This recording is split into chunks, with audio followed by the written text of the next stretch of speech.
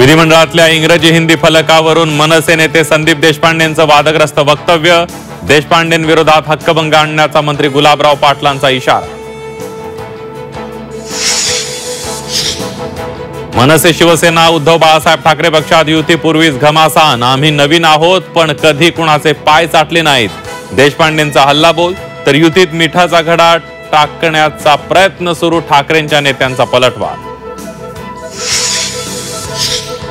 शिवसेना फोडण्याचा मूळ प्रस्ताव संजय राऊतांचा असल्याचा गुलाबराव पाटलांचा आरोप. निष्ठावंतांनी शिवसेना राखली. संजय राऊतांचं गुलाबराव पाटलांना उत्तर.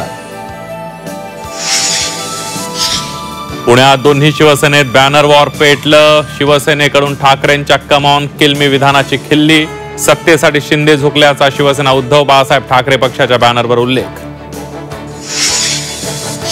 राज्यातील महानगरपालिका निवडणुकांना दिवाळीचा मुहूर्त मिळण्याची शक्यता. 6 ऑक्टोबर पर्यंत अंतिम प्रभाग रचना द्या. नगर विकास विभागाच्या सर्व महापालिकांना सूचना.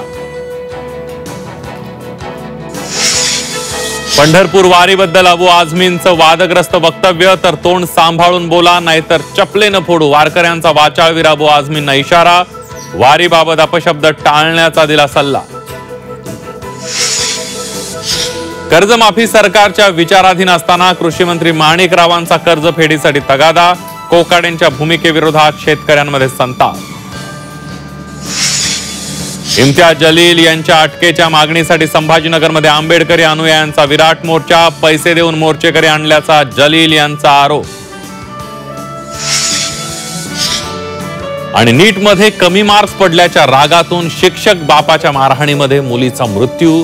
सांगली जिल्ह्यातल्या नेलकरंजी गावातली धक्कादायक घटना.